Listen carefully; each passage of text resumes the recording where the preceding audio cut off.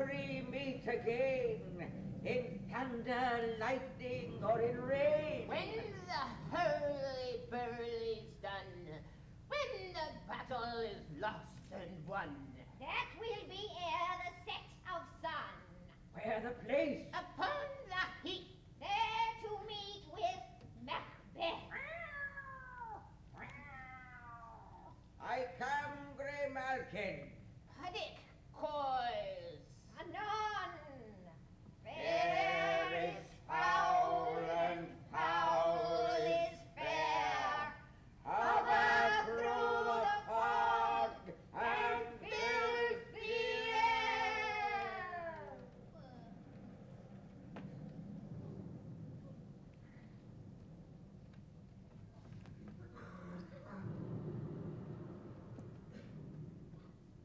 Where hast thou been, sister? King swine. Sister, where thou? A sailor's wife had the chestnuts in her lap, and munched and munched and munched. Give me, quoth I, a royalty which the rough-bred Runyon cries. Husband's to a lepo god, master of the tiger. But in a sieve I'll thither sail, and like a rat without a tail, I'll do. I'll give thee a wine. Thou art kind. And I another. I myself have all the other, and the very ports they know, and the corners that they go with the shipman's card. I will drain him dry as hay. Sleep shall neither night nor day hang upon his penthouse lid. He shall live a man forbid.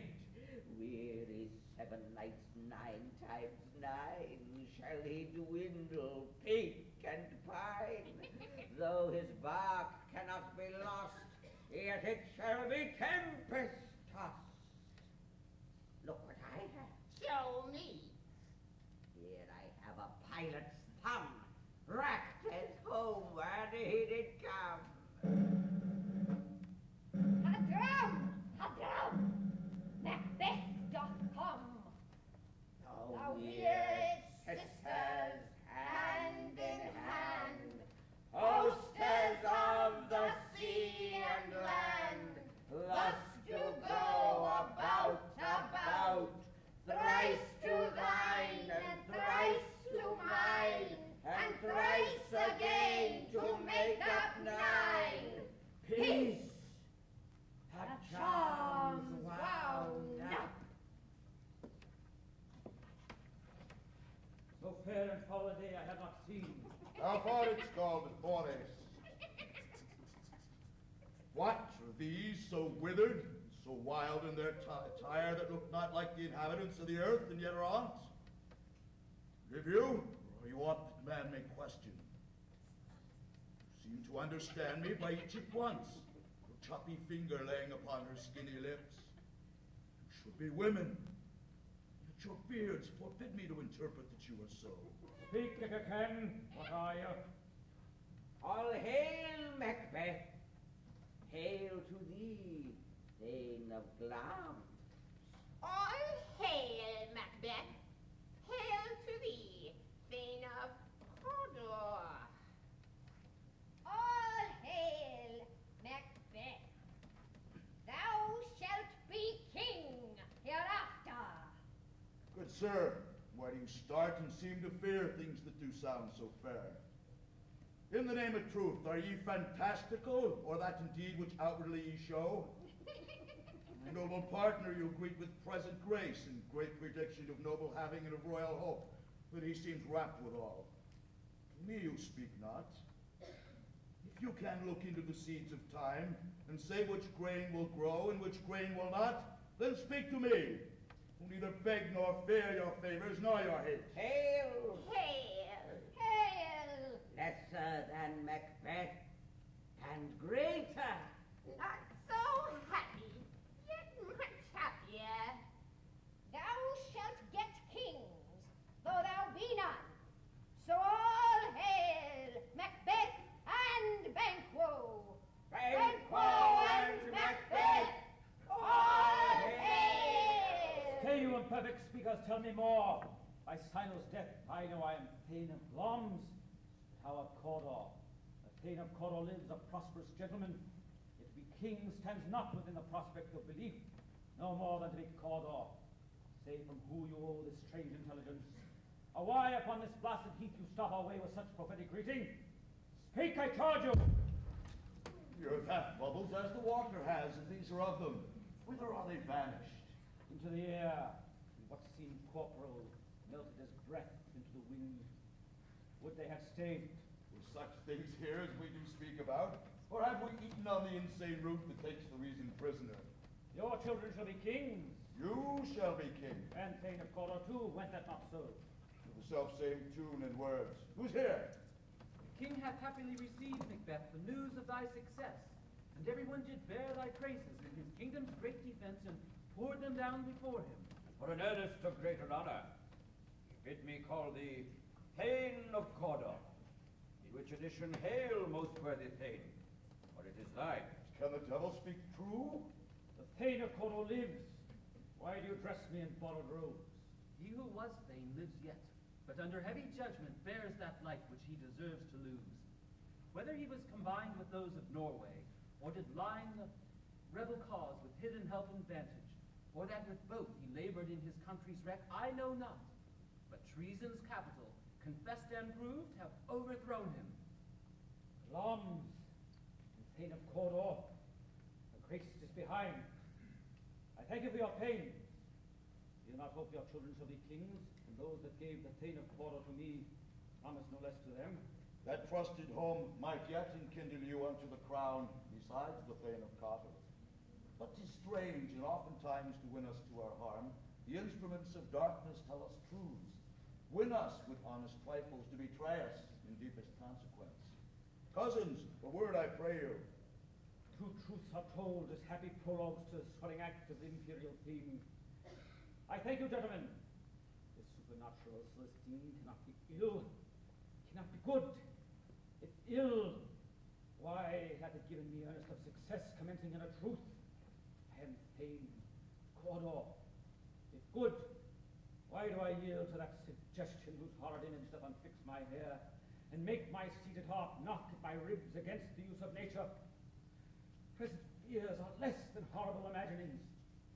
My thoughts, whose murder yet is but fantastical, shake so my single state of man, that function is smothered in surmise, and nothing is but what is not. Look how our partner is wrapped. Chance will have me king. By chance may crown me without my stir. New honors come upon him, like our strange garments. Cleave not to their mold, but with the aid of use. Come what come may, time and the hour runs through the roughest day. Worthy Macbeth, we stay upon your leisure. Give me your favor. My dull brain was wrought with things forgotten. Think upon what hath chanced. The interim having waited, let us speak our free hearts to each other. Let us toward the king. Come, friend.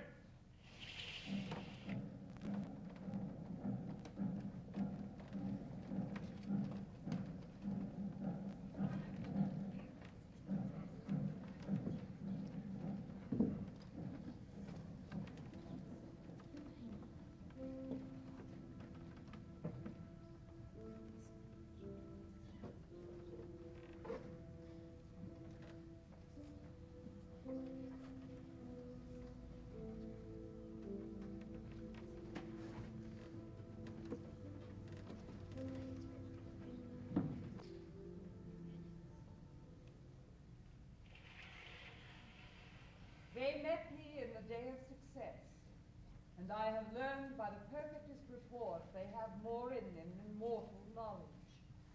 When I burned in desire to question them further, they made themselves air, into which they vanished.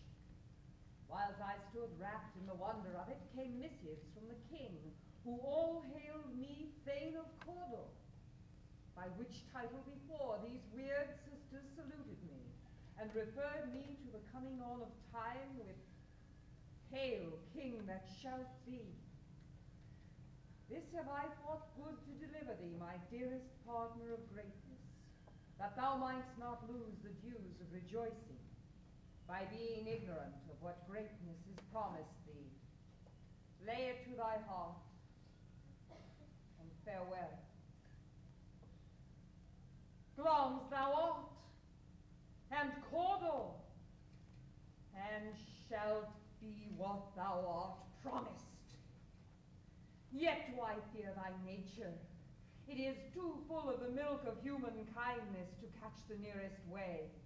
Thou wouldst be great, art not without ambition, but without the illness should attend it. What thou wouldst highly, that wouldst thou holily.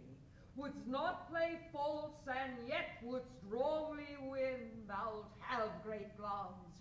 That which cries, thus thou must do if thou have it, and that which rather thou dost fear to do than wishes should be undone. Hie thee hither, that I may pour my spirits in thine ear, and chastise with the valor of my tongue all that impedes thee from the golden round which fate and metaphysical aid doth seem to have thee crowned withal. What are your tidings? King comes here tonight. Thou art mad to say it. Is not thy master with him, who, were it so, would have informed for preparation? So please me, it is true, our Thane is coming. One of my fellows had speed of him, who nearly dead for breath, had scarcely more to make up his message. Give him tending. He brings great news.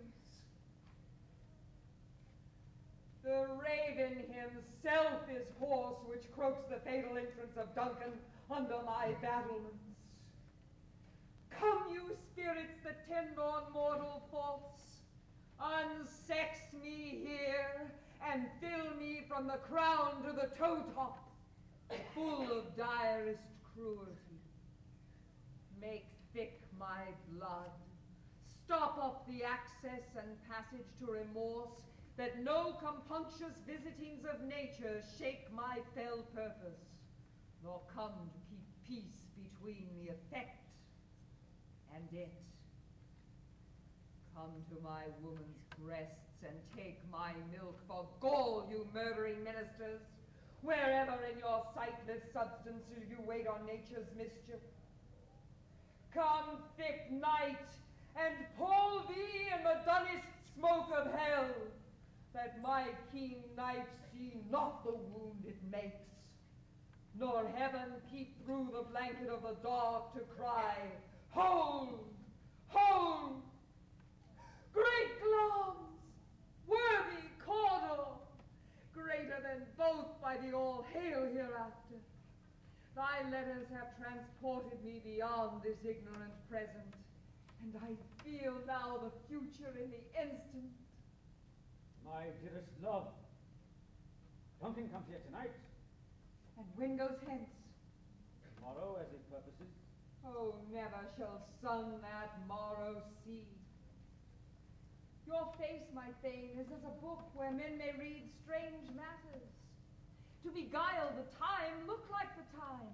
Bear welcome in your eye, your hand, your tongue. Look like the innocent flower, but be the serpent under it. He that's coming must be provided for, and you shall put this night's great business into my dispatch, which shall to all our nights and days to come give solely sovereign sway and masterdom. We shall speak further. Only look up clear. To alter favor ever is to fear. Leave all the rest to me.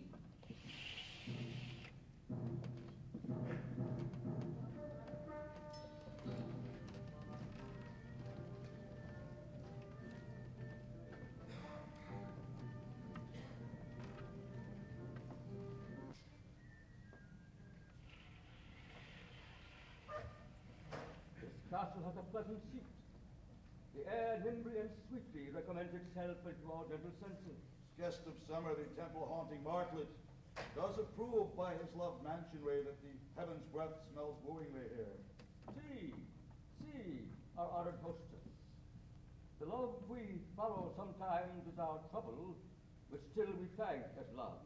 All our services in every point twice done, and then done double. We're a poor and single business to contend against those late honors with which your majesty loads our house. Where's the Thane of Cawdor? We coursed him at his heels, with a purpose to be his purveyor, but he rides well, and his great love sharpens his spur have helped him to his home before us. Noble hostess, we are your guests tonight. Your servants ever. Give me your hand. Conduct me to mine host. We love him highly and shall continue our graces toward him. By your leave, hostess.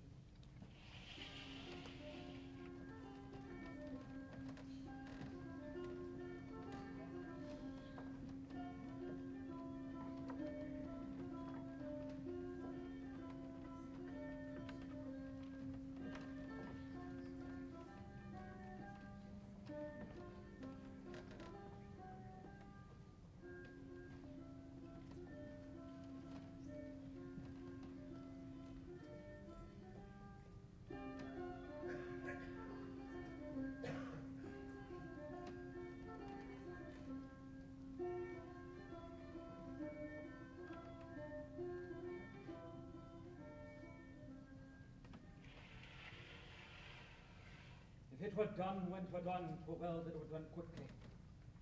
The assassination could trammel up the consequence and catch with his Circe's success. But that this blow might be the be-all in the end-all here. Here upon this bank and shoal of time will jump the life to come.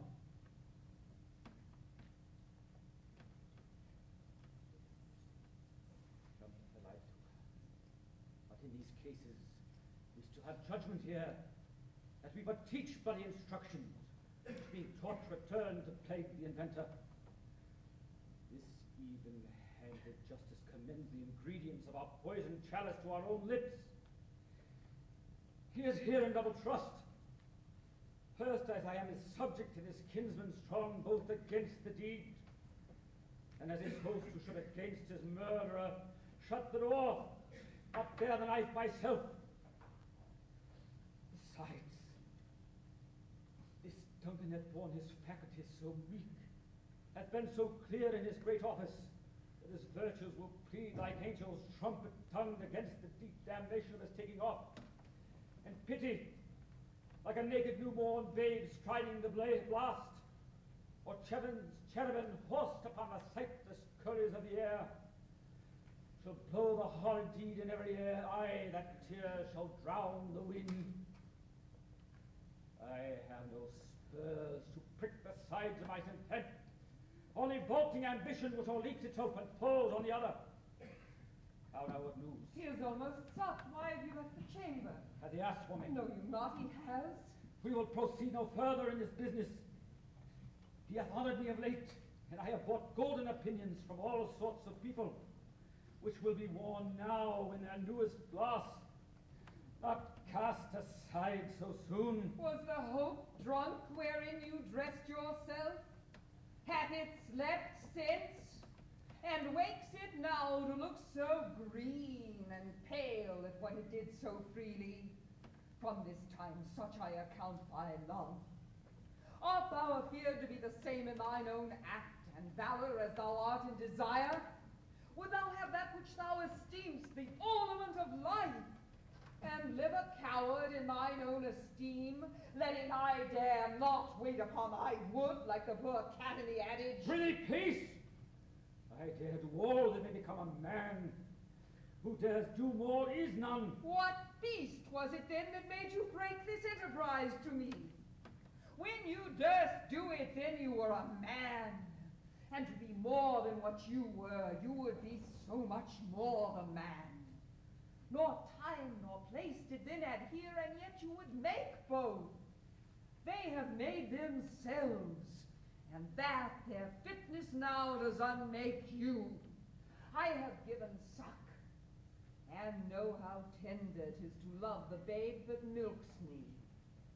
I would, while it was smiling in my face, have plucked my nipple from his boneless gums and dashed the brains out, had I so sworn as you have done to this. If we should fail, we fail.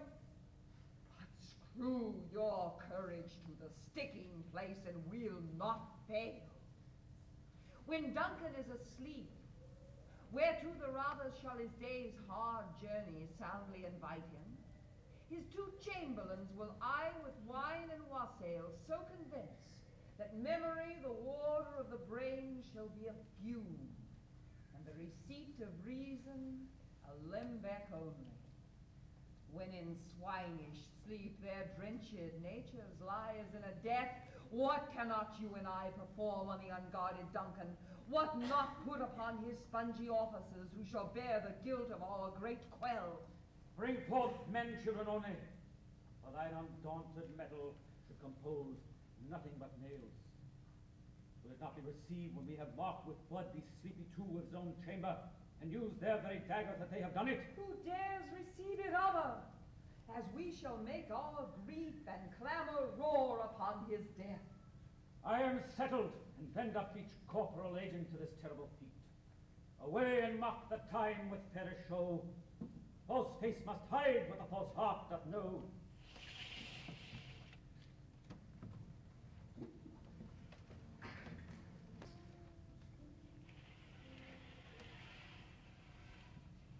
How goes the night, boy?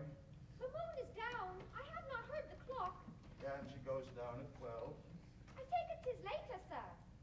There's husbandry in heaven, their candles are all out. A heavy summons lies upon me like lead, yet I would not sleep. Merciful powers restrain in me the cursed thoughts that nature gives way to in repose. Who's there? A friend? Sir, not yet at rest? The king's abed, he hath been in unusual pleasure, and sent forth great largess to your offices.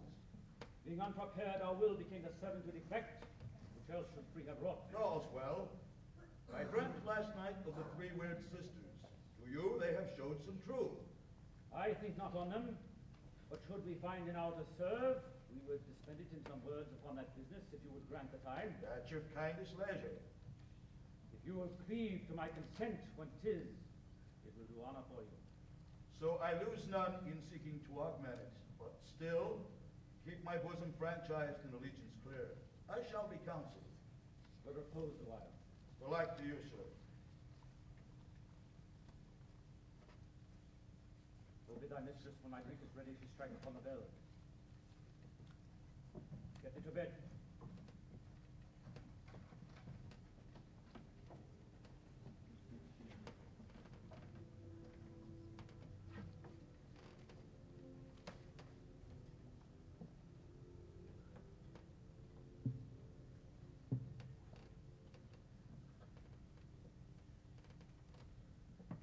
Is this a dagger I see before me? Handle toward my hand. Come, let me clutch thee. I have thee not, and yet I see thee still. Art thou not fatal vision as sensible to feeling as to sight?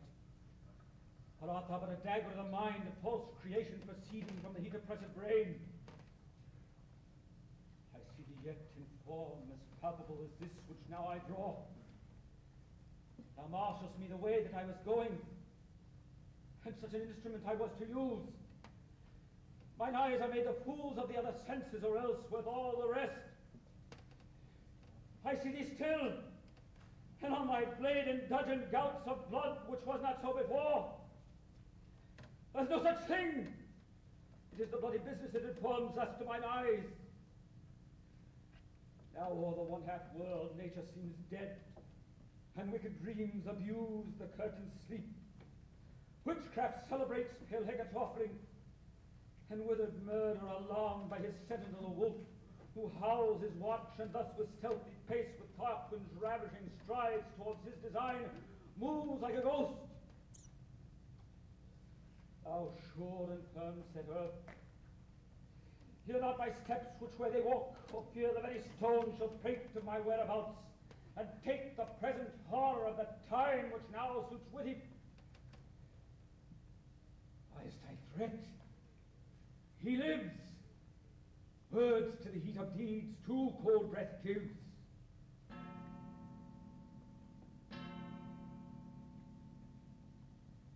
I go when it is done. The peril invites me. Hear it not, Duncan, for it is an hell that summons thee to heaven, or to hell.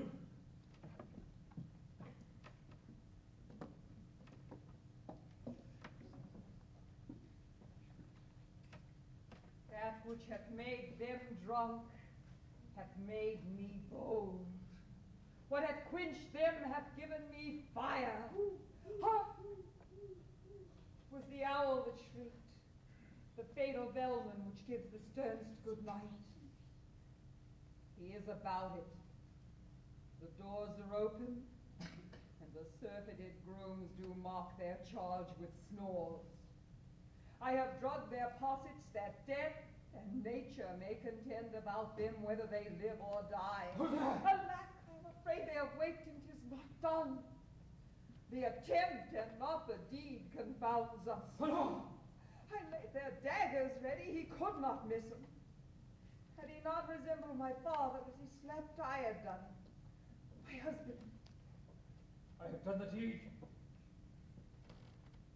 Didst thou not hear a noise? I heard the owl scream and the crickets cry. Did not you speak? When? Now? As I descended? Aye. Hark, who lies in the second chamber? Donalbain. This is a sorry sight. A foolish thought to say a sorry sight.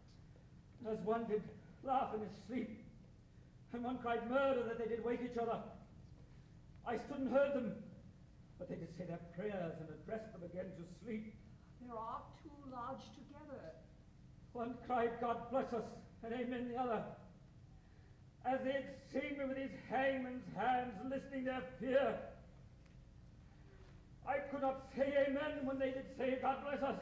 Consider it not so deeply. But wherefore could I not say amen? I had most needs of blessing and amen stuck in my throat. These things must not be thought after these ways, so it will make us mad. Methought I heard a voice cry, sleep no more. Macbeth hath murdered sleep. The innocent sleep. Sleep that knits up the raveled sleeve of care, the death of each day's life, sole labor's balm of your minds. Great nature's second course, chief nourisher in thy feast. What do you mean? And still it cried, sleep no more, to all the house. Comes hath murdered sleep, and therefore Cawdor shall sleep no more. Macbeth shall sleep no more. Who was it that thus cried? Why, worthy Thane, you do unbend your noble strength to think so brain-sickly of things. A little water clears us of this deed. How easy is it then? Your constancy hath led you unattended. Why did you bring the daggers from the place? They must lie there. Go, carry them and smear the sleepy grooms with blood. I'll go no more.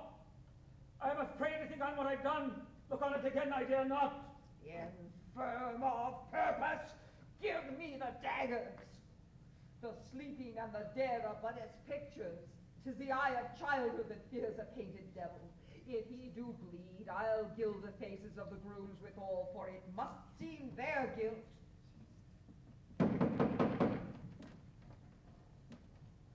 Whence is that knocking? How is it with me that every noise appalls me? What hands are here? Oh, pluck out mine eyes. With all great Neptune's ocean, wash this blood clean from my hands. Though this my hand would rather the multitude of this sea's incarnadine, making the green one red. My hands are of your color, but I shame to wear a heart so white.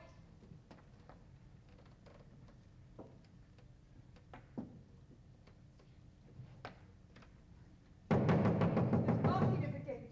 Retire we into our chamber. A little water clears us of this deed. More knocking. Go, get on your nightgown, lest occasion call and show us to be watchers. Be not lost so poorly in your thoughts.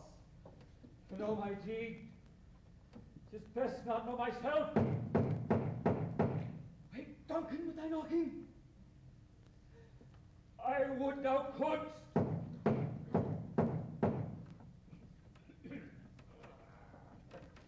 Here's a knocking indeed. If a man were porter of Hellgate, he should have old turning the key. Knock, knock, knock.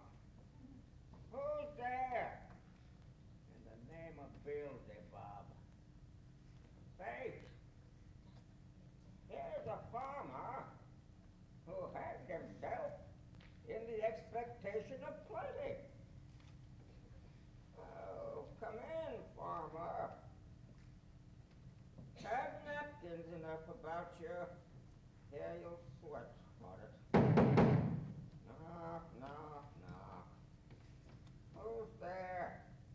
In the other devil's name. Hey, here's an equivocator who could swear in both the scales against either scale, and who committed treason enough for God's sake, but could not equivocate to heaven. Come in, equivocator. Knock, knock, knock. Who's there? Here's an English tailor who's come hither from stealing out of a French hose. Come in, tailor. Here you may roast your goose. Knock, knock. Never it quiet.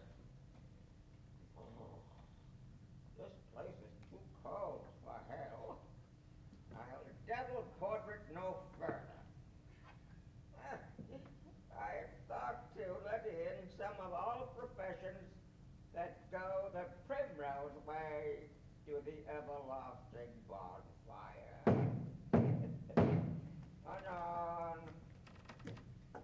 Anon. I pray you, remember the porter.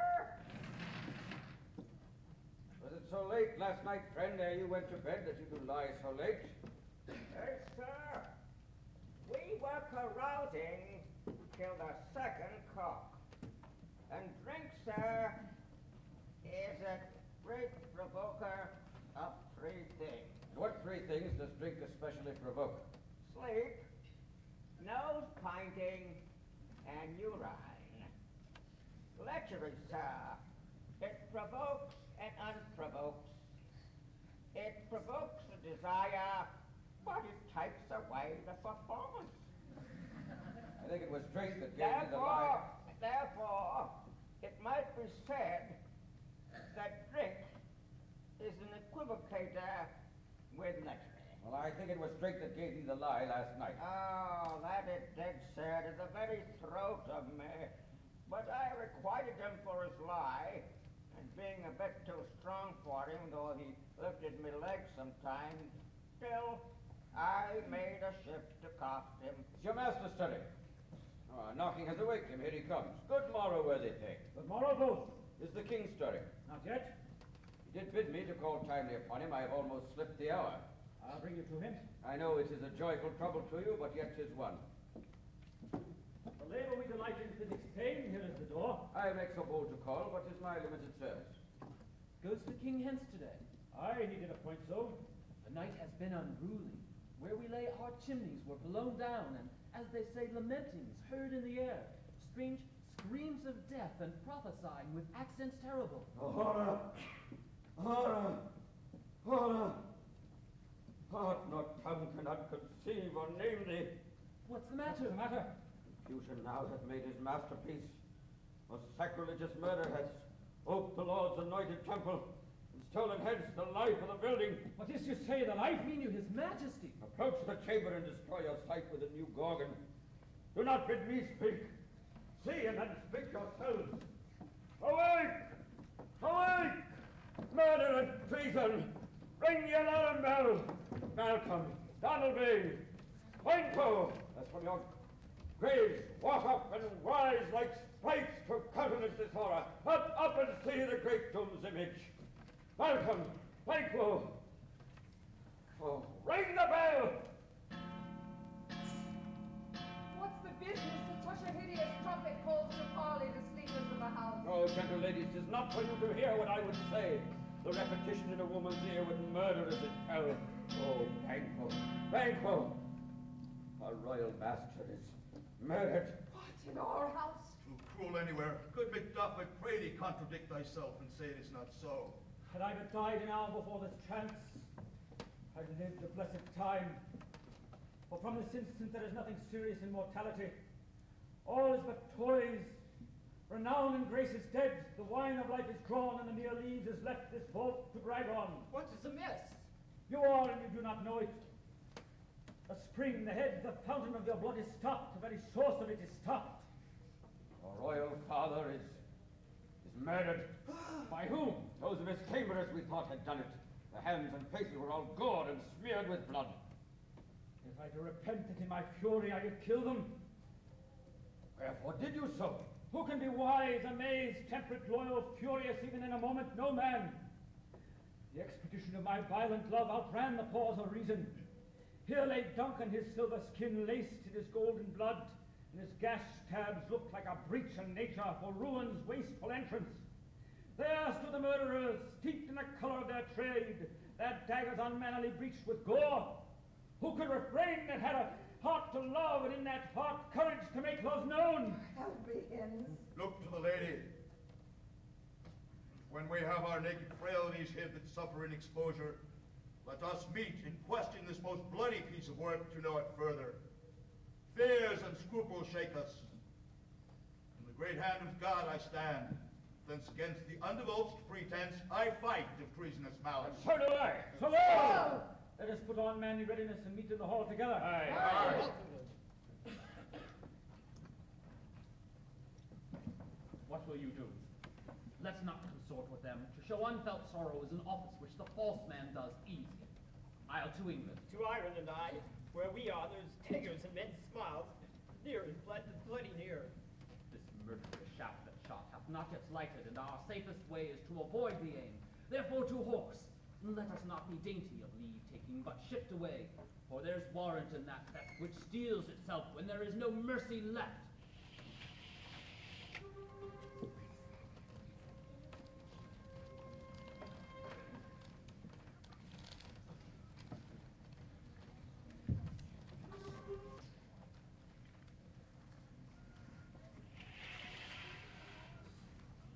Thou hast it now.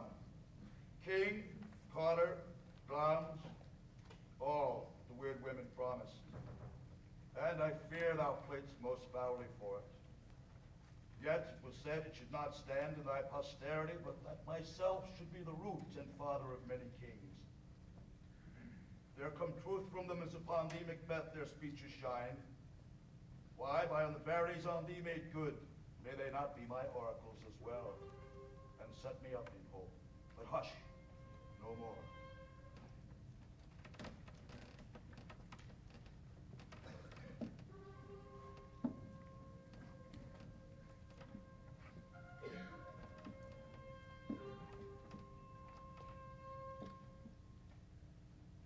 Here is our chief guest. If ye had been forgotten, it had been as a gap in our great feast, and all thing all unbecoming.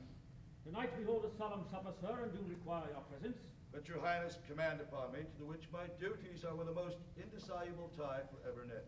Ride you this afternoon? Aye, my good lord. We should have else desired your good advice, which hath been both brave and prosperous in this day's council, but we'll take tomorrow as far you ride. As far, my lord, as will fill the time twixt this and supper. We hear our bloody cousins are bestowed in England and in Ireland, not confessing their cruel parricides, filling their hearers with strange invention. But of that tomorrow, when therewithal we shall have cause of state, craving us jointly. I thee to horse. Adieu till you return at night. Those fleance with you. Aye, my good lord. I wish your horses swift and sure of foot, so I do commend you to their backs. Farewell. Let every man be master of his time till 7 at night. To make society the sweeter welcome, we shall keep ourselves till supper time alone. Till then, God be with you. Sir, a word with you. Attend those men our pleasure. They are, my lord, without the palace gate. Bring them before us.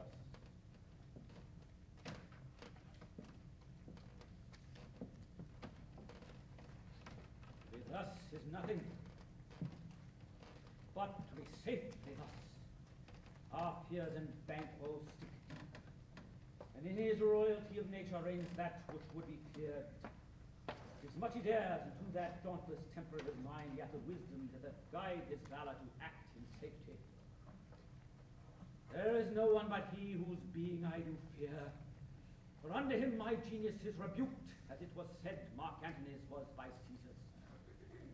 He chid the sisters when first they put the name of king upon me, and bade them speak to him, and prophet-like, they hailed him father to a line of kings. Upon my head they placed a fruitless crown, and put a barren sceptre in my grip, thence to be lenched with an unmenial hand, no son of mine succeeding.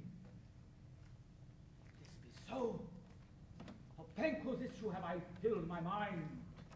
For them have I the gracious Duncan murdered, put rancors in the vessel of my peace only for them, and mine eternal jewel given to the common enemy of man, to make them kings, the seed of Banquo kings, rather than so come fate into the list, and champion me to the utterance. Go you to the door, stay there till I call.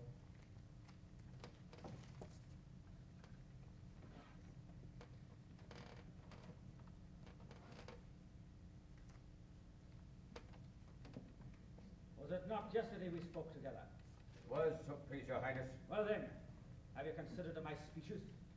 Know you that it was he in times past who held you so under fortune, which you had thought had been our innocent self? This I made good to in our last conference, cast in probation, how you were borne in hand, how crossed, the instruments who wrought with them, and all things else that should to half a soul and to a notion craze say, thus did Banquo. You made it known to us. That I did, and went further, which is our point of second view. You find yourself so predominant in your nature that you can let this go? Are you so gospeled as to pray for this good man and for his issue, whose heavy hand hath bowed you to the grave and beggared yours forever? Your men, my liege. Aye, in the catalogue you go for men, as hounds, greyhounds, mongrels, spaniels, curs, water roughs, and demi-wolves are clipped, all in the name of dogs. The valued file distinguishes the slow, the swift, the subtle, the housekeeper, the hunter, every one according to the gift which bounteous nature hath in them clothed, whereby he hath received particular additions the bill which writes them all alike, and so of men. Now, if you've a station in the file not in the worst rank of manhood, say it, and I will put that bloody business to your bosom, whose execution takes your murderer off, grapples you to the love and heart of us, who wear our health but sickly in his life, which in his death were perfect. I am one, my liege, whom the vile blows and buffets of the world hath so incensed that I am reckless what I do to spite the world. And I another, so weary with disaster, tugged with fortune, that I would set my life on any fee to mend it or be rid on't. Both of you know that Banquo is your enemy. Aye, my liege. So is he mine. In such bloody license, that his very being thrusts against my nearest of life. Oh, I could with bare-faced power sweep him from my sight, or bid my will avouch it. I must not. The certain friends who are both his and mine, whose love I may not drop, but wail his fall, who I myself struck down. And so it is that I to your assistance do make love, masking the business from the common eye for sundry weighty reasons. We will perform what you command us. Our Your lives spirit shine through you within this hour at most.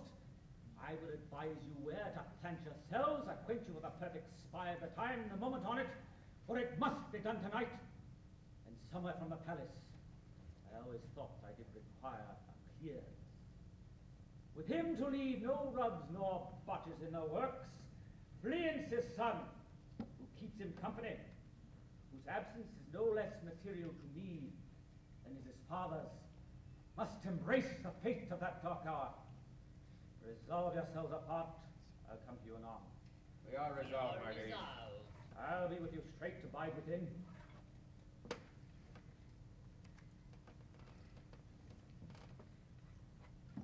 It is concluded.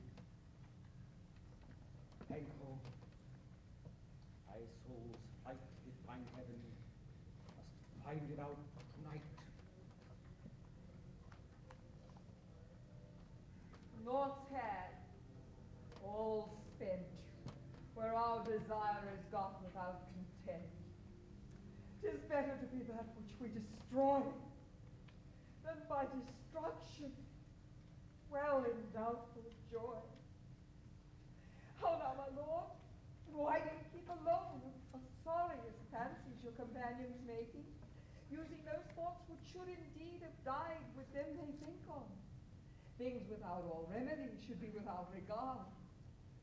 What's done is done. We have scorched the snake, not killed it. She'll close and be herself while our poor malice remains in danger of her former truth. Let the frame of things disjoint. Both our worlds suffer ere we eat our meals in fear and sleep in the affliction of these terrible dreams that shake us nightly. Better to be with the dead whom we, to gain our peace, have sent to peace, than on the tortures of the mind to lie in restless ecstasy. Duncan is in his grave. After life's fretful fever, he sleeps well. Reason has done his worst, nor steel nor poison malice domestic foreign levy. Nothing can touch him further. Come, my lord, sleek o'er your rugged looks. Be bright and jovial among your guests tonight. So shall I, love, and so I pray be you. Let your remembrance apply to Banquo. Present him eminence both with eye and tongue, and safe the while that we must lave our honors in these flattering streams, and make our faces visage to our hearts, disguising what they are. You must leave this. Oh, full of scorpions is my mind, dear wife. Thou knowest that Banquo in his spleen sleeps. But in them nature's copies not etern. There's comfort yet. They are assailed. Then did our John. Ere the black hath flown in its cloisters of light, and ere black Hecate summons a shard-born beetle with his drowsy hums hath rung night's yawning peal, there shall be done a deed of dreadful root. What's to be done? Be innocent of the knowledge, dearest Chuck, till thou applaud the deed.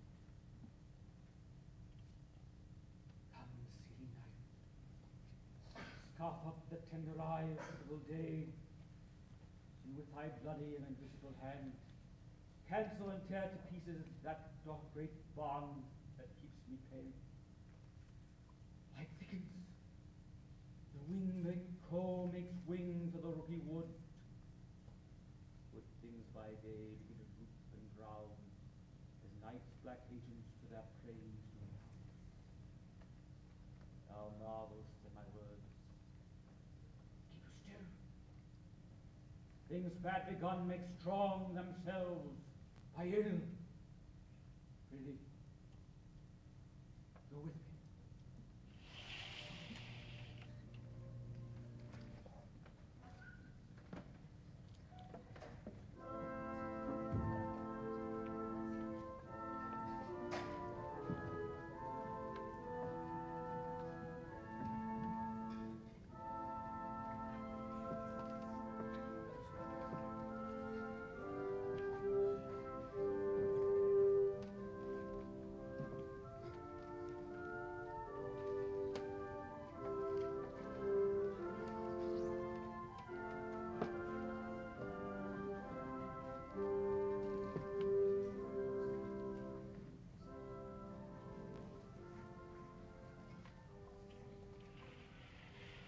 Your own degrees.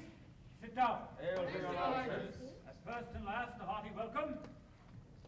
Ourself will mingle with society and play the humble host. Our hostess rests her state, but in good time we will require her welcome.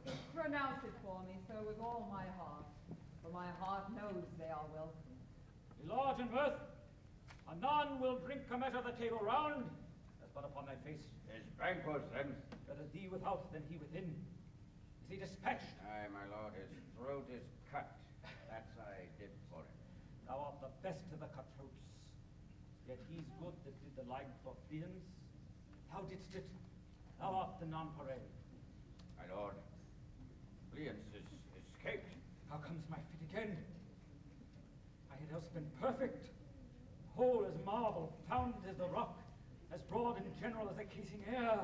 But now I am cabin cribbed, confined, bound to saucy doubts and fears, a Banquo safe? Aye, my good lord, safe in a ditch he bides, with 20 trenchant gashes on his crown, the least a death to nature. Thanks for that. Get thee gone. Tomorrow we'll hear ourselves again. My royal lord, you do not give the cheer. Sweet remembrance, sir. Now good digestion, wait on appetite, and health on both. Please it your majesty, sit. Have we now under our country's honor roofed the graced person of our Banquo present, whom we challenge rather for unkindness than pity for mischance. His absence, sir, laid blame upon his promise. Please it your majesty, grace us with your royal company. The table's full. Here's a place reserved, sir. Where? Right here. Which What of- is it that moves, your majesty? Which of you have done this? What? What? What would you say? How canst not say I did it? Shake not thy goldilocks at me! Gentlemen, rise. His majesty is not well. Gentlemen, I pray you keep seat. My lord is often thus and hath been from his youth. If much you note him, you shall offend him and extend his passion. Feed and regard him not. Are you a man? Aye, and a bold one that dare look on that which might appall the devil. Oh, proper stuff. This is the very painting of your fear. This is the air-drawn dagger which you said led you to Duncan. These walls and starts, impostors to true fear, would well become a woman's story told at a fireside authorized by her granddam. Shame itself. Why do you make such faces? When all's done, you look it on a stool. Oh, pray, see, there, behold, look, lo. What say you? What care I? If thou canst not, speak too. If charnel houses in their graves send those that we bury back, our monuments will be the moors of Christ. What quite unmanly folly. As I stand here, I saw him. Why for shame? Blood hath been shed here now, in human will. A humane statute hath purged the human will. Aye, and since too, murders have been performed too terrible for the ear. The time had been when the brains were out. A man would die and there's an end.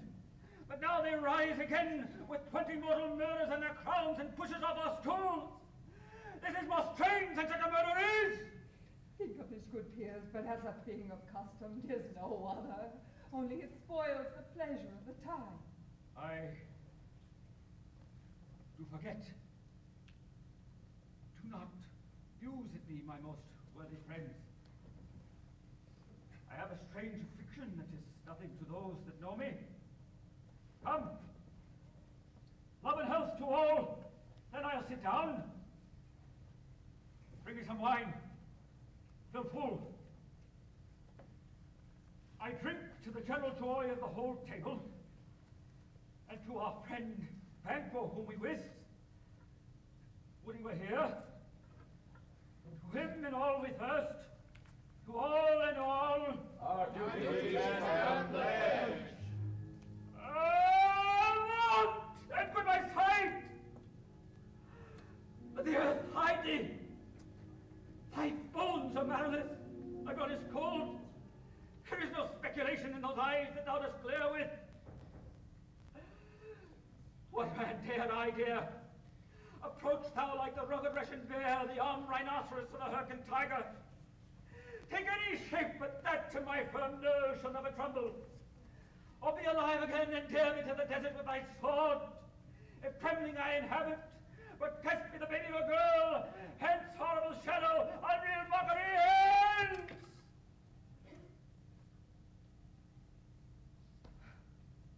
Why, so, being gone, I am a man again. I pray you keep seated. You have displaced the general mirth, broke the good meeting with most admired disorder. Can such things be? And overcome us as a summer's day without our special wonder. You make me strange even to the disposition that I owe. But now I think you can behold such sights and keep the natural ruby of your cheeks, while mine are blanched with fear. What sights, my lord? I pray you question him not, it enrages him. But go at once. Stand not upon the order of your going, but go at once. Night. Good night. Kind good night to all. It will have blood, they say. Blood will have blood. Stones are then known to move, and trees to speak.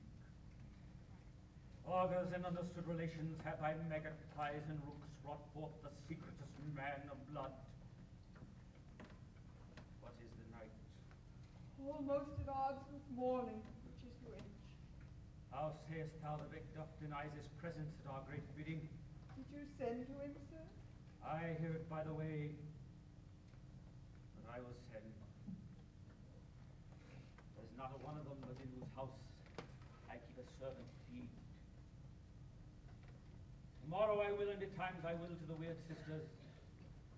More shall they speak, for I am bent to know by the worst means the worst. For mine own good, all causes shall give way. I am steeped in blood so far that should I wade no more, returning were as tedious as gore. You lack the Strange season of all things nature, I have to Snape. head, which will to hand must be acted ere they may be scanned. Let's to sleep. Come, will to bed. Thy strange and self-abuse is in this ship here that once hard use. We are yet but young indeed.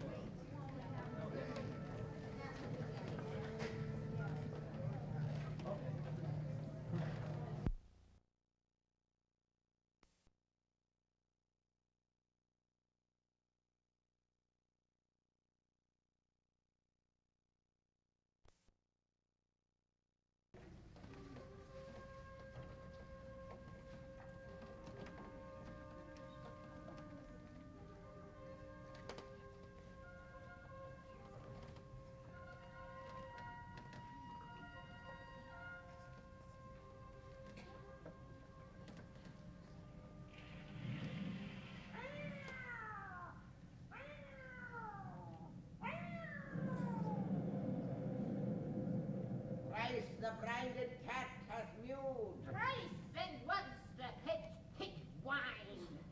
Hark your cries. 'Tis time, 'tis time. Round about the cauldron go. In the poisoned entrails throw. Toads that under cold stone days and nights had 31 sweltering venom sleeping gat. While thou first to the charmed path. Double, double, toil and trouble. Fire burn and cauldron bubble. Fillets of thy finny snake. In the cauldron boil and bake. I have newt and toe of frog. Wool of backs and tongue of dog. Out of smoke and blind worm sting. Like a blizzard at howl and swing. What a charm of powerful trouble like a hellbrock boil and bubble. Double, double, toil and trouble. Fire burn and cauldron bubble. Scale of dragon, tooth of wolf. Witches, mummy, maw, and gulf of a ravaged salt sea shark. Root of hemlock digged in the dark. Liver of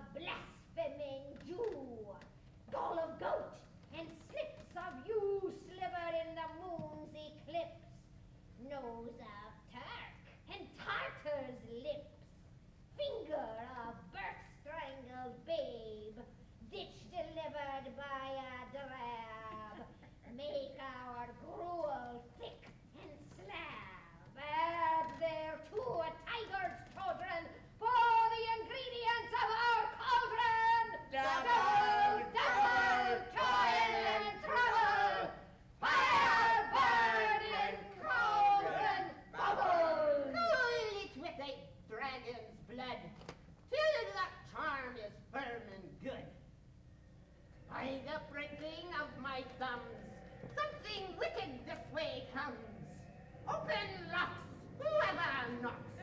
How now, you secret black and midnight hags, what is to do? A deed without a name. I conjure you by that which you profess, however you come to know it, answer me. Though you untie the winds and let them fight against the churches, though yesty ways confound and swallow navigation up, though bladed corn be lodged and trees blown down, though castles topple on their warders' heads, though palaces and pyramids do slope their heads to their foundations, though the treasure of nature's Germans tumble all together even till destruction sicken, answer me to what I charge you. Speak! Demand will answer. Say if thou wouldst rather hear it from our mouths, or from our masters. Call 'em, let me see 'em. Throw in sow's blood that hath eaten her 9 farrow, griefs that sweaten from the murderer's gibbet, throw into the flames. High or low, thyself and office deftly show. Tell me, thou unknown power. He knows thy thought. Hear his speech, but say thou not. Macbeth! Macbeth! Macbeth! Beware, Macduff! Beware the Thane of Fife! Dismiss me, enough! Whosoe'er thou art, for thy good comfort thanks. Thou hast harped my fear aright. But one word more. You will not be commanded. Here is another more potent than the first. Macbeth! Macbeth! Macbeth! Had I 3 years, I'd hear thee. Be bloody, bold, and resolute, and laugh to scorn the power of man. For none of woman born shall harm Macbeth. Then live, Macduff, what need I fear of thee? But I'll make assurance double sure, and take a bond of fate. Thou shalt not live till I can tell pale-hearted fear it lies in sleep in spite of thunder. What is this? It rises like the issue of a king, and wears upon its baby brow the round and top of sovereignty. Be lion mettled, proud, and take no care, who frets, who chafes, all where conspirers are. Macbeth shall never vanquished be, until great Burnham wood to high Dunsinane hill shall come against him. That will never be. Who can impress the forest, bid the tree unfix its earth-bound roots? Sweet Bournemouth's good. Tell me, thy art can tell so much. Shall Banquo's issue ever reign in this kingdom? Seek to know no more. I will be satisfied. Deny me this, and an eternal curse fall upon you. Show! Show his eyes and grieve his heart. Come like shadows, so depart. Oh, too, art like the spirit of Banquo. Down, thy crown doth sear my eyebrows, and thy hair, thy other gold-brown bow is like the first, the other like the former. Filthy hags, why do you show me this? Athwart, start eyes, will this line stretch out until the crack of doom?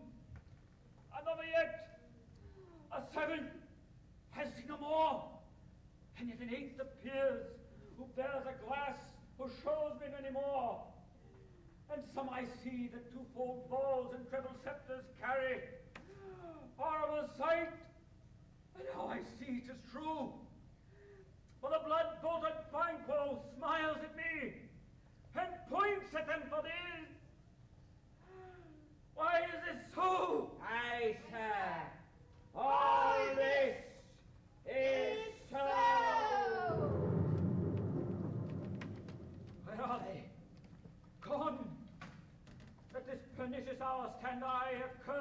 calendar.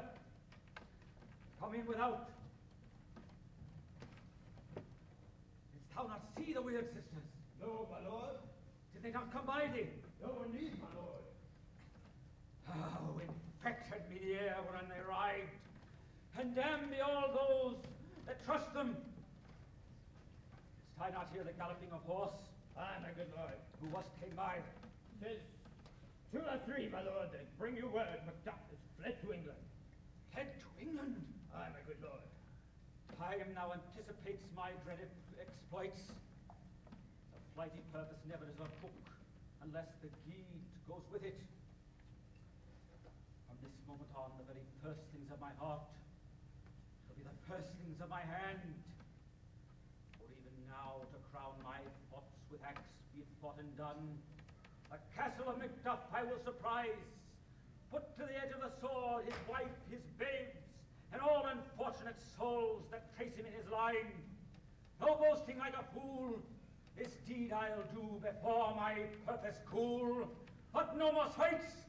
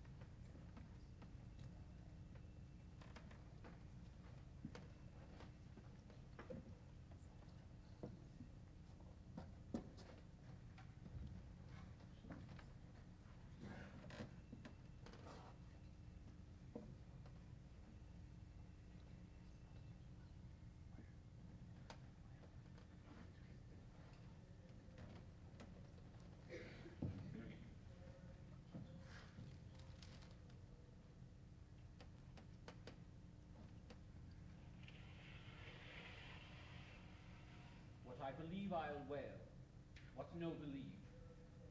And what I can redress as I shall find the time to friend I will. What you have spoke, it may be so perchance. This tyrant whose sole name blisters our tongues was once thought honest. You have loved him well. He hath not touched you yet. I am young, but something you may discern of him through me, and wisdom to offer up the weak, poor, innocent lamb to appease an angry God. What I am truly is thine and my poor country's to command. Hither indeed, before thy here approach, old Seaward with 10,000 warlike men already at a point was setting forth. Now we'll together. Such welcome and unwelcome news at once, 'tis hard to reconcile. But who comes here? My countryman, and yet I know him not. My ever gentle cousin, noble Ross, welcome hither. I recognize him now. Good God, betimes remove the means that makes us strangers. Sir, amen. Stands Scotland where it did. Alas, poor country, almost afraid to know itself that cannot be called our mother, but our grave, where nothing but who knows nothing is once seen to smile, where sighs and groans and shrieks that rent the air are made not marked, where violent sorrow seems a modern ecstasy. The dead man's knell is there scarce asked for who, and good men's lives expire before the flowers in their caps, dying or ere they sicken. A relation too nice, and yet too dear. What's the newest grief? That when hour's age doth hiss the speaker, each minute teems a new one. How does my wife? Why, well? And all my children? Well, too. The tyrant has not pattered at their peace. No, they were, well, at peace when I did leave them. Not a niggard of your speech. How goes it? When I came hither to transport the tidings which I had heavily borne, there ran a rumor of many worthy fellows that were out, which was to my belief witnessed the rather for that I saw the tyrant's power afoot. Now is the time of help. Your eye in Scotland would create soldiers. Make our women fight to doff their dire distresses.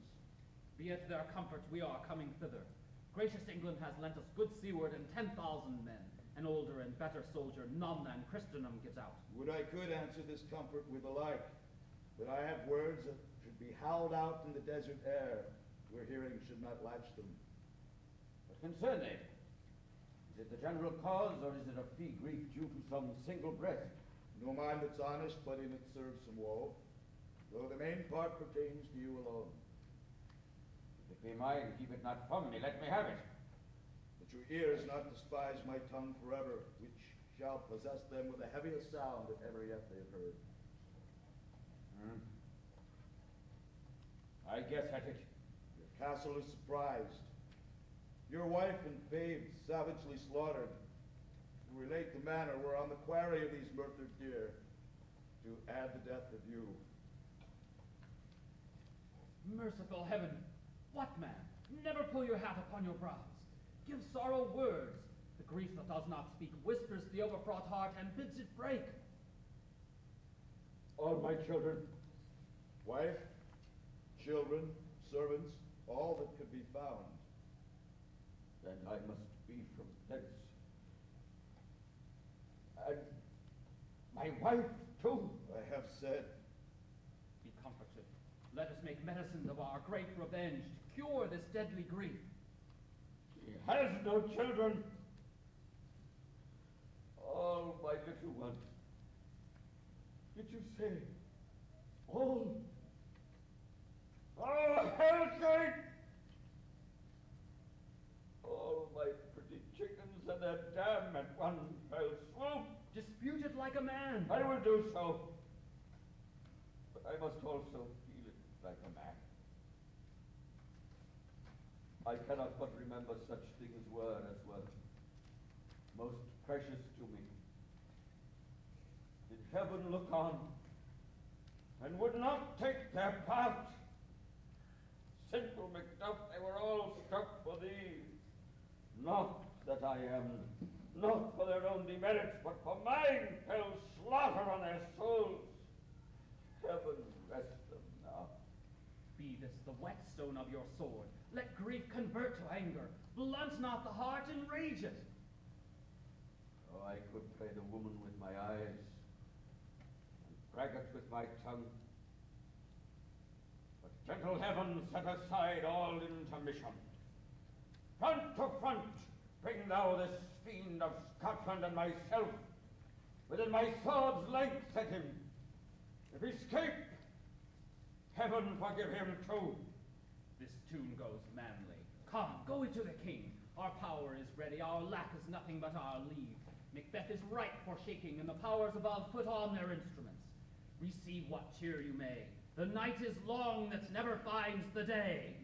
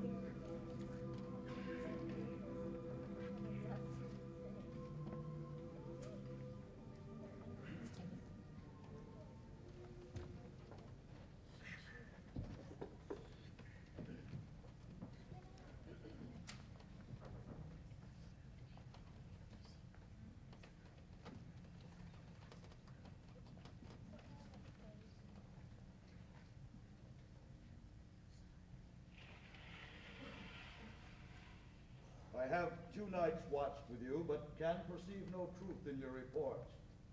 When was it she last walked?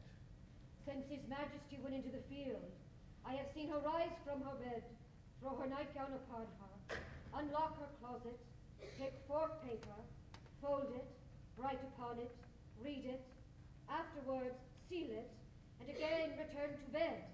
Yet all this while in a most fast sleep. The great perturbation in nature is to receive at once the benefit of sleep and do the effects of watching. In this slumbery agitation, besides her walking and other actual performances, what have you heard her say? That, good sir, which I will not report after her. You may to me, and 'tis most meet you should. Neither to you nor to anyone, having no witnesses to confirm my report. Lo you, here she comes. This is her very guise, and upon my life, fast asleep. Observe her. Stand close. You see, her eyes are open. Aye, but their sense is shut. What is it she does now? Look at how she rubs her hands. It is an accustomed action with her, to seem this washing her hands. I have known it continue in this a quarter of an hour. Yet here's a spot. Hark, she speaks. I will sit down what comes from her to better satisfy my remembrance. Oh, damn spot! All I say. One, two. Why then 'tis time to do it. Oh, my lord, my, a soldier in the fear. What need have we to fear who knows when none can call our power to account? Yet who would have thought the old man to have had so much blood in him? Do you mark that? Aye. The pain of fight had a wife. Where is she now? Oh, no more of that, my lord, no more of that. You mar all with distorting. Go to, you have known what you should not. She has spoke what she should not. Heaven knows what she has known. Yet here's the smell of the blood still! All the perfumes of Arabia will not sweeten this little hand. Oh.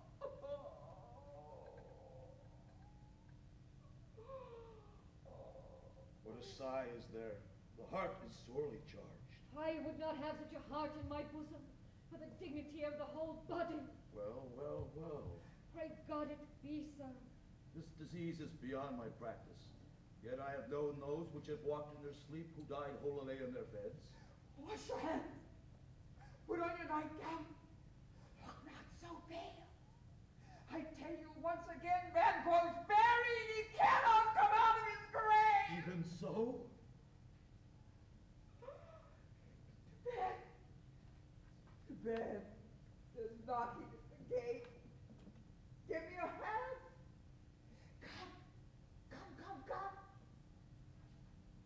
What's done cannot be undone. To bed. To bed. Will she go now to bed? Directly. Foul whisperings are abroad.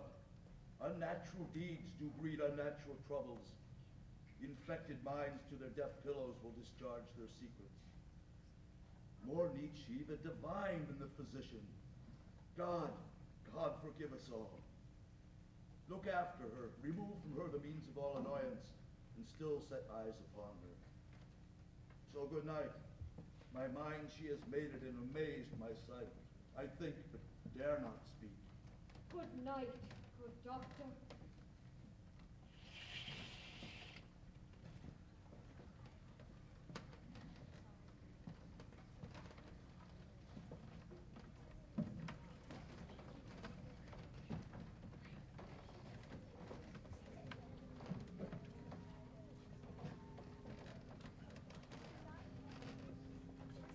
Those witches, their necks are like this.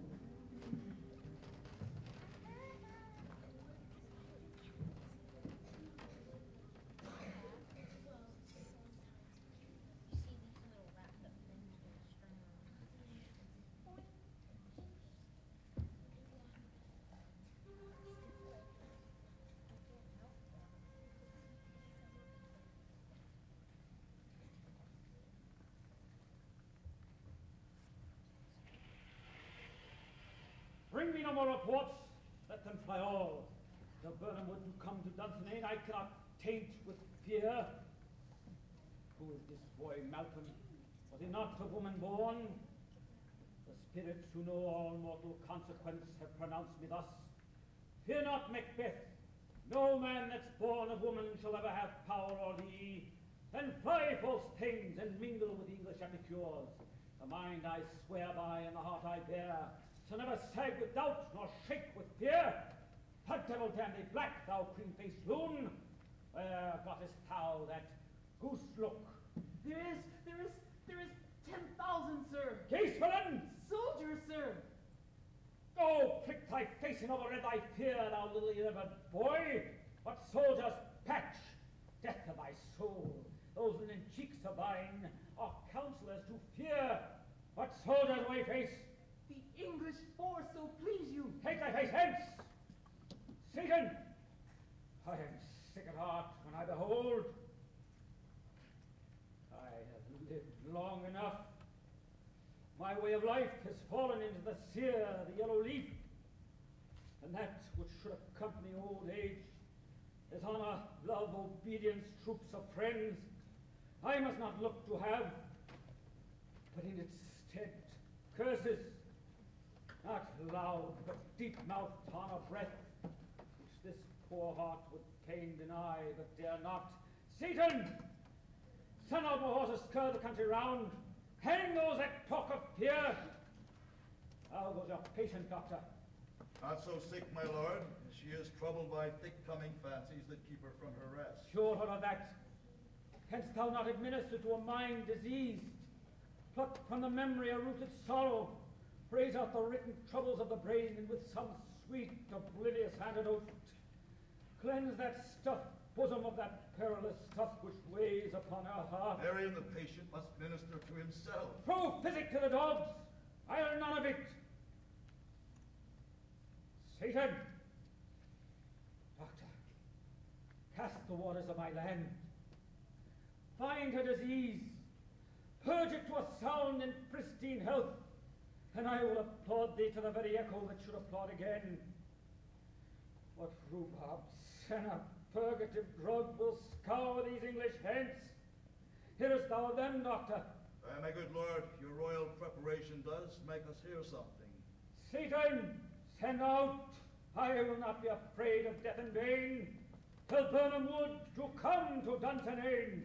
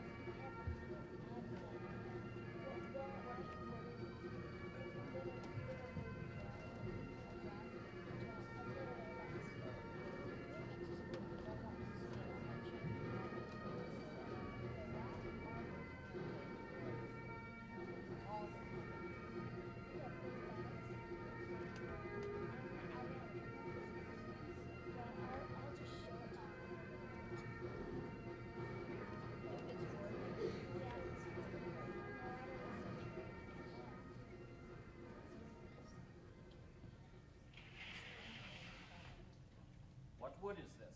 This is the wood of Burnham. Let each man hew him down a bough and bear it before him. Thereby shall we shadow the numbers of our host and make discovery ere in report of us. It shall be done.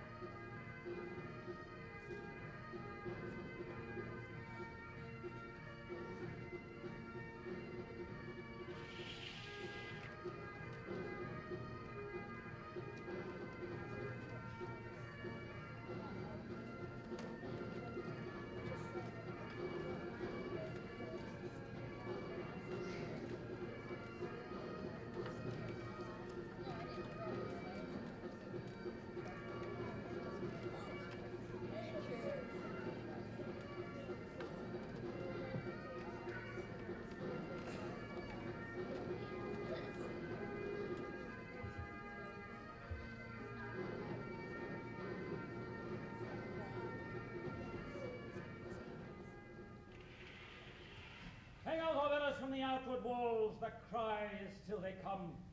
Our castle's strength will laugh a siege to scorn. Here let them lie till famine in the ague kingdom. Were they not forced with those which should be ours, we may have met them therefore beard to beard and beat them backward home. Wherefore is that cry? It is the cry of women, my lord. I had almost forgot the taste of fears. The time had been my senses would have cooled to hear a night shriek, and my fell hair would at a dismal treatise rouse and stir as life were in it. I have supped full of horrors. Dionysus, familiar to my slaughterous thoughts, cannot now once start me. What was that noise? The queen, my lord, is dead. She should have died thereafter. There would have been a time for such a word. Tomorrow and tomorrow and tomorrow creeps in this petty face from day to day to the last syllable of recorded time. And all our yesterdays have lighted pools the way to dusty death.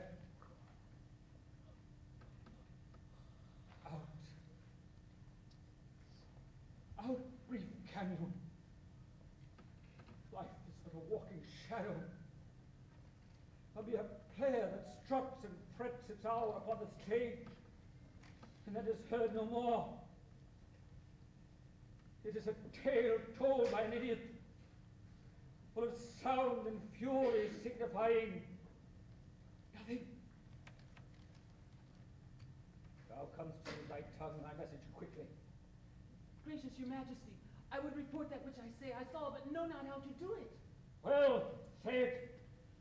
As I did stand my watch upon the hill, I looked toward Burnham, and on me thought, the wood began to move. Liar and slain! Let me endure your wrath if it not be so. Within this 3 mile, I say you may see it coming, a moving grove. If thou liest, from the next tree shalt thou hang alive till famine cling thee. If thy speech be sooth, I care not if it does for me as much. I pull in resolution and begin to doubt the equivocation of a theme that lies like truth. Fear not till Burnham wood do come to Dunsinane, and now wood doth come for Dunsinane. Arm and out! If what hereabouts does appear, there is no flying hence, nor tarrying here. I begin to be a-weary of the sun, and wish the state of the world were now undone. Ring the alarm bell! Come wind, come wreck! At least we'll die with harness on our back!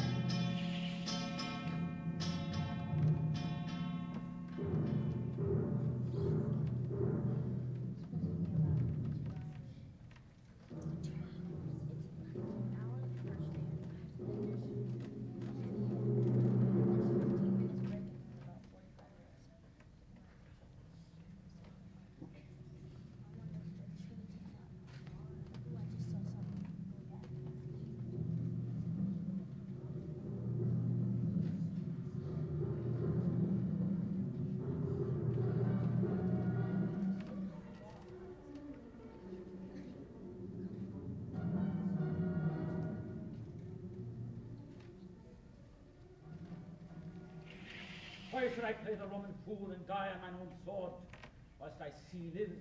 The gashes do better upon them. Turn, hellhound! Turn! Of all men else I have avoided thee. Get thee back. My soul is too much charged with blood of thine already. I have no words. My voice is in my sword, thou bloodier villain, than terms can give thee out. Thou losest labour. As easy as thou may the entrenchant air thy keen sword impress as make thee bleed. Let fall thy blade on vulnerable crests. I bear a charmed life, and must not yield to one of woman born. Spare thy charm, and let the angel whom thou still dost serve tell thee, Macbeth was from his mother's womb untimely ripped. Accursed be the voice that tells me so, for it hath cowed my better part of man. But we these juggling fiends no more believe that porter with us in a double sense, and bring the word of promise to our ear and break it to our hope. Though Burnham wood doth come to Dunsinane, and thou oppose being of no woman born, yet will I try the last. Before my body I throw my warlike shield. Lay on, Macduff, and damn be he that first cries, hold enough!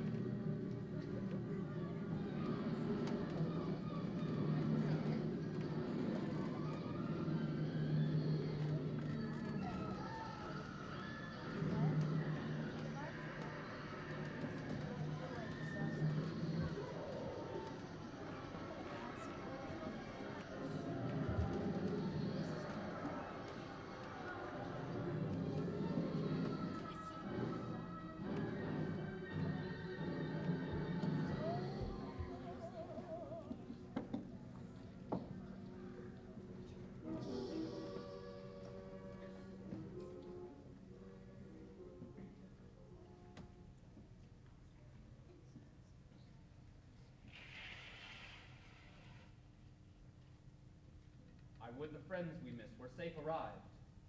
Some be off, and yet I see so great a day as this is chiefly bought. Macduff is missing, and your noble son, young Seward. Your son, my lord, has paid a soldier's debt. He only lived but till he was a man, the which no sooner had his power confirmed, but he died a man. Now God's soldier be he. Hail, King, for so thou art. Here lies the usurper's cursed head. A time is free. I see thee compassed with thy kingdom's pearl, who speak their salutations in their minds, whose voices I desire renowned with mine. Hail, King of Scotland! We shall not spend a large expense of time before we deal with your several loves and make us even with you. My thanes and kinsmen, henceforth be earls, the first that ever Scotland in such an honor named. This, and what needful else that calls upon us by the grace of grace, we will perform in measure, time, and place. Hail, Malcolm, King of Scotland!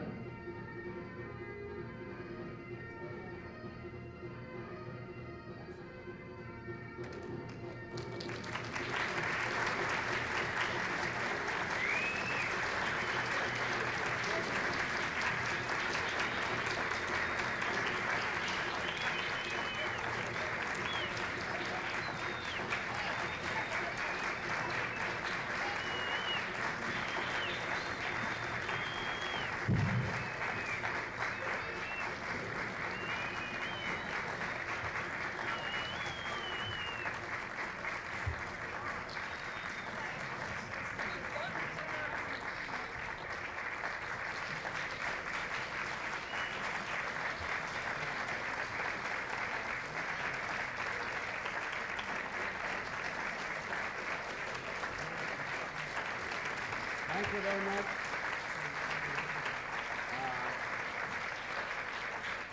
Thank you. We'd just like to introduce the people who compose our troupe. First of all, the creator of the whole production, Ralph Chesay, who designed and built the whole show. Doug Laird, who financed the production. Merle Britton, Lady Macbeth. Bruce Chassé, who played Macbeth. Dan Wheeler, Banquo, and Celia Concannon, the witch and the lady in waiting, and Charles Yarborough, who is Malcolm, and several other parts.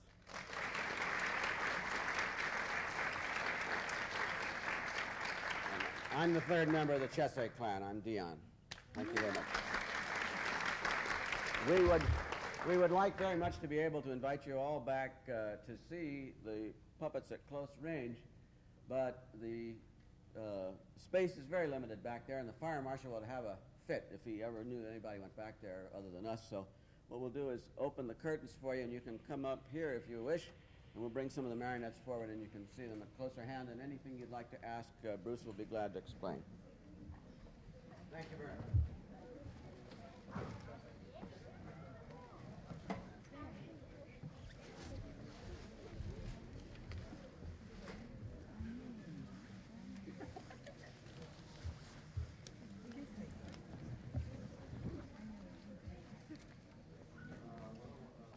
Puppets in this production, and they were all built and constructed by my father, and also he designed all the costumes. And the puppets are 22 inches high. They're on what is called an airplane control, and they are controlled by 9 strings. Nylon line that comes down. They've all been hand carved by my father, and that goes down to all the parts of the body are all hand carved. And we use a lot of very simple things. And this is a leg egg. The armor is made from leg eggs. This is a paper plate. So you find that a very simple thing can give you a very interesting and impressive illusion. For example, we have here a packing crate, which is styrofoam. It's just the kind of things that stereo units get packed in, and then it's covered with material and given. It's the battlement. That's the battlement. Castle. This is a double bridge. That means you're up here, you can work on that bridge, and you can also work on the other bridge, and you can pass the puppets back and forth from bridge to bridge this way. This is one of the bridges here. That's Doug up there, and you'll notice he's got an airplane control. And you see here, we have one bar, the bar that operates the leg. There are two, wait, don't go away with the set. There. We have two strings to the hands, to the legs, to the sides of the head, to the shoulders, and one to the back. There are 9 strings all told. Okay, now, are there any questions? How do you keep from getting tangled? That's very difficult.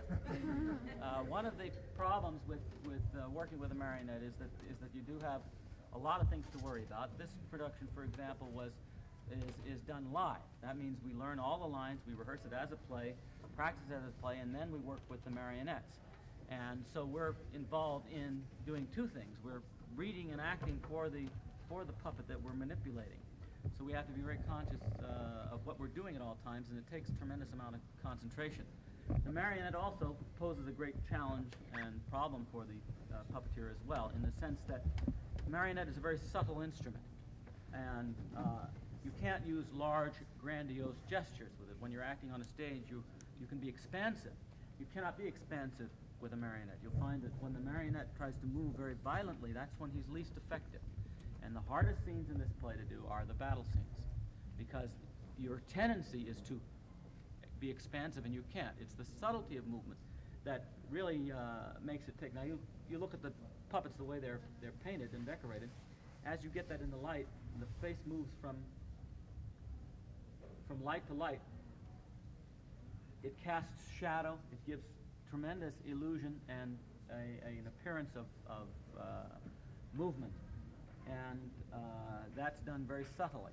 If you do that real fast, you don't catch all that. So you find that economy of movement is probably the single most important thing when it comes to operating a marionette, is to not do more than you need, best to economize and move very slowly. When you do a live show like this, you're probably at your most vulnerable. because things can happen, strings can break, and any manner of things can happen, and you are exposed at that point in time. I just wanted to say, Yeah. don't get too involved because Channel 5 wants to shoot a scene and then do an interview between now and the time we do the next show, so just keep that in mind. Fine. Dion, while you're here, this is my brother Dion, and would you explain about the illusion? Oh. Most people, all of you I assume out here, think the puppets were much bigger than they were, right? Yeah. There's a reason for that. Yeah, what happens is that you have to participate in this kind of a production as a subjective viewer, not objective, where you don't really get the illusion that has been attempted to create for you. And when you do, as a subjective viewer, watch it, and they begin to take on a full size for you, and you're amazed at how small they are when you see them afterwards, is because it's a demonstration of Einstein's theory of relativity, which everything which is in scale becomes full size to the proportion that you see it. And it takes on that greater dimension. So that's all. This is just a demonstration of that theory. Are there any questions now? Where else do you perform? Do you do other things? Well, this is throughout it. the This year? is the 50th anniversary of this production. This was done first by my father in 1929. My father is now going to celebrate his 80th birthday on January 6th. We produced it for several reasons. One, we wanted to preserve the art form. It's a very unique art form, and there are very few people who are doing it. My father is a very singular individual. So you will, all probability, never see the likes of this production again. This is a tribute to him, and they didn't have videotape in those days, in 1929. So we wanted to produce it so we could preserve it. We find that adult theater in the classical theater is not done in the United States very much, and we wanted to do it to preserve it, and also to try and encourage other puppeteers to do it also, because I think it's probably it can be a very singularly, extremely powerful art form, and certainly has a lot to offer the actor and the puppeteer. Would Marionette ever change clothes and appear in another? We have two marionettes. We have a for Macbeth, and for Macbeth we have, and Lady Macbeth. Each one we have four. We have Macbeth in his regular clothes, and then we have him in his royal robes. And the same thing applies to Lady Macbeth. That way you eliminate that problem. Changing clothes is difficult. Yeah. Pardon? Yeah, okay. Any other questions? Well, thank you very much for coming. Are there any others doing the same sort of work around the country? There are some puppeteers, but it's mainly very economically. It's very difficult. I mean, for instance, a production like this, if you took everything into consideration, the amount of time and money and everything else, I would say this costs about $10,000 to produce, which is quite a bit of money with respect to the audiences that we're pulling for. We're not pulling extremely large as audiences. It's not economically very feasible. And you're also using 10 people. And you get these people who are donating their time. If you had to pay them, it would be considerably more expensive. So that what you really need is a permanent theater. There is a permanent theater in Atlanta that does marionette productions and uses full cast. But nothing on this scale has really been done in a long time. There used to be one in Chicago. Yeah, that's an opera theater, and that's rod puppets. Yeah, they're back in business again. Now, all right. Macbeth is telling me that KPIX is going to be coming and doing some filming here, so we'll have to close it off. Thank you very much for coming.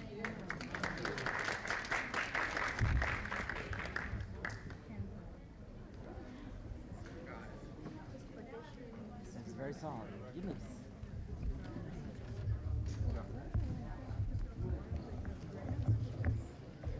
Because they don't well, when I wrote the Ford Foundation, they told me that they had no provision in the guidelines for puppetry. In the arts?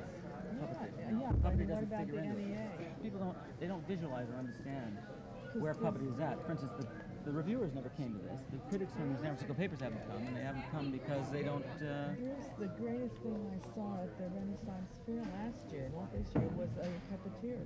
Was a, I mean, that was the only thing that was exciting. The people who see the value of it are the people who come and see it. So if people don't see it, they can't visualize it. We need a center. You see? I tried to get, for 10 years, I tried to get grant money to get it, and I couldn't get it. If it wasn't for Doug, we wouldn't be here. This was just exciting. What did you use for the what puppet did you use for the thing that popped up on the chair, the vision? Oh, that's just a round head that's on 2 strings. That's the Banquo's ghost. Yeah. Yeah. The record. How long did it take to make all the puppets? It took him about 10 years. I mean, it was that long in doing it. It was about 10 years. All of the tape that you made today, the videotape, is that just for your own personal? No, that's going to go into the archives of the Puppeteers of America, and that's our means of preserving it. Oh, I see. So I thought maybe you were going to put it on television or something. Well, it'll be in the archives, which means that with the Puppeteers of America, which means people can borrow it and we have copies of it made and it can be available to people. How many puppets did they make? 22. In Vienna or Salzburg, they have a marionette Yeah, theater. Salzburg Marionettes. Yeah, they do, but they also do everything on tape. Oh, now? Yeah. Oh, so it's not This is live. yeah, it's not live. There's very few people doing it live. So It's you not. miss the It's not done. spontaneity. Yeah. I'm Dick Cushing. I knew you when you Oh, were hi. my wife Nancy. You remember her? I've been away for 27 years. Went and married in Africa. Now we're back in Mill Valley now.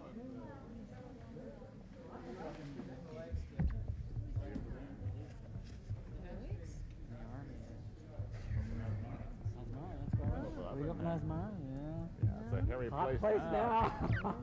Right where we were is where they all the trouble. Can't down the coast any longer on that road. Yeah, listen. Oh, really?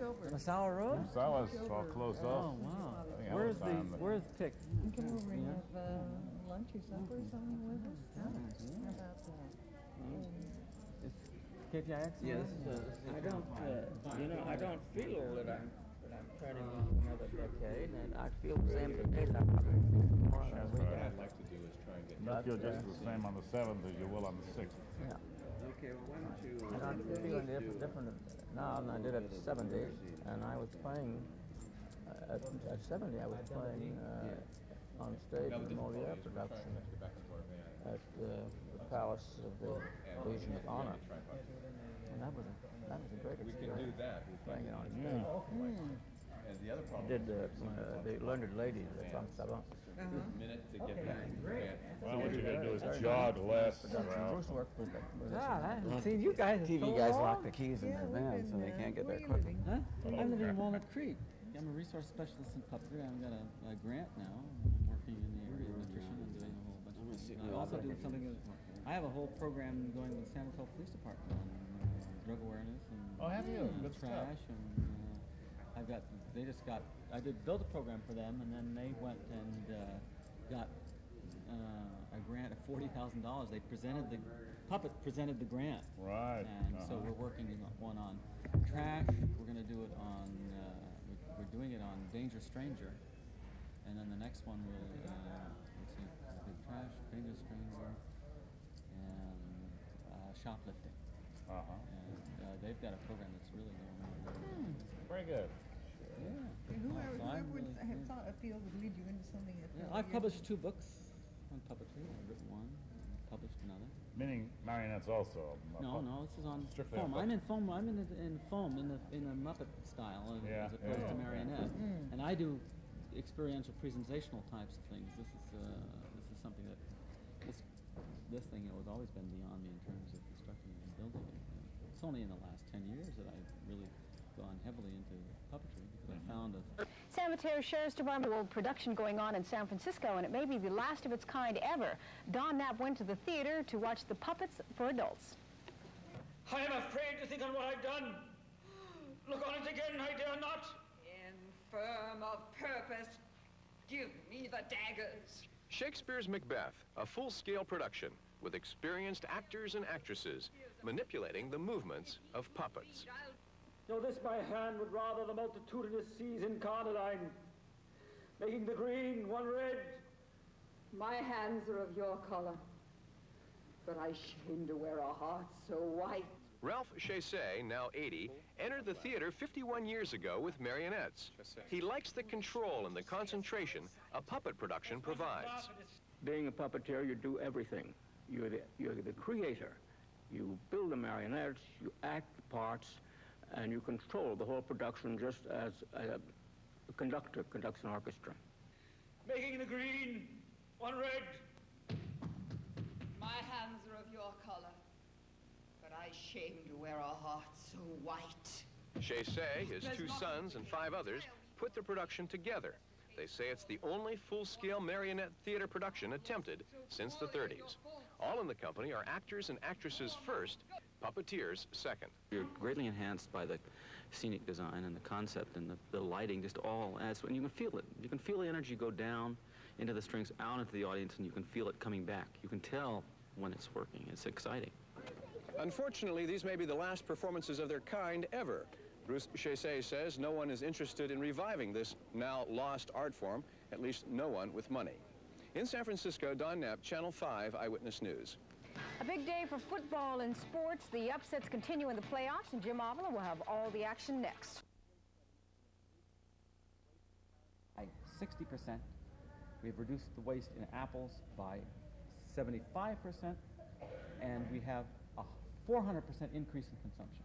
What do you mean by reducing the waste in that? In other words, nobody was eating carrots; they're throwing them all away, and now we've made in the cafeteria we've made a 40% reduction. Propaganda teaching them the carrots are good, and giving them the value of nutritional value of the foods, telling them about it's things. educational and to 400% in terms of consumption has gone up 400%. They're sitting here looking at these figures and saying, "My God!"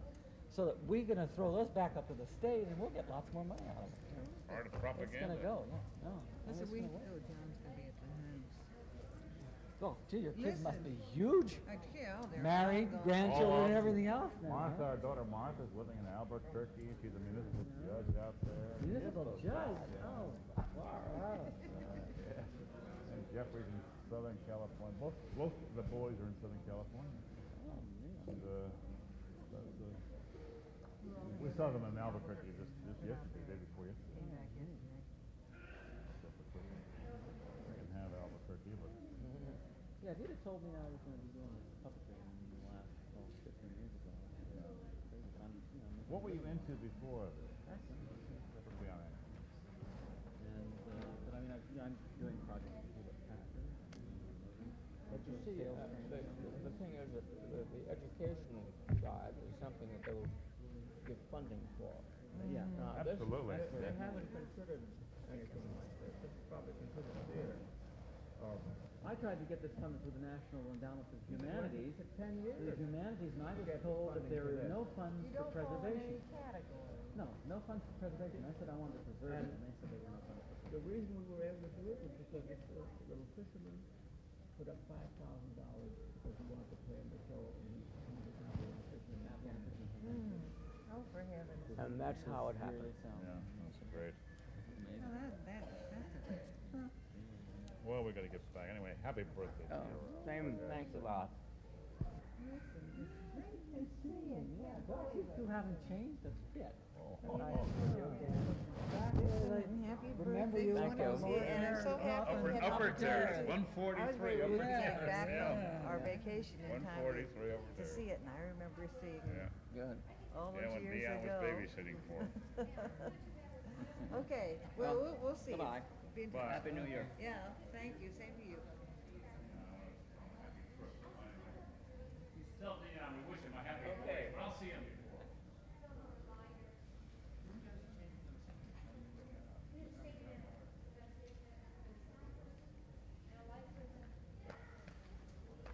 You want to see some of this? Yeah, let's see some.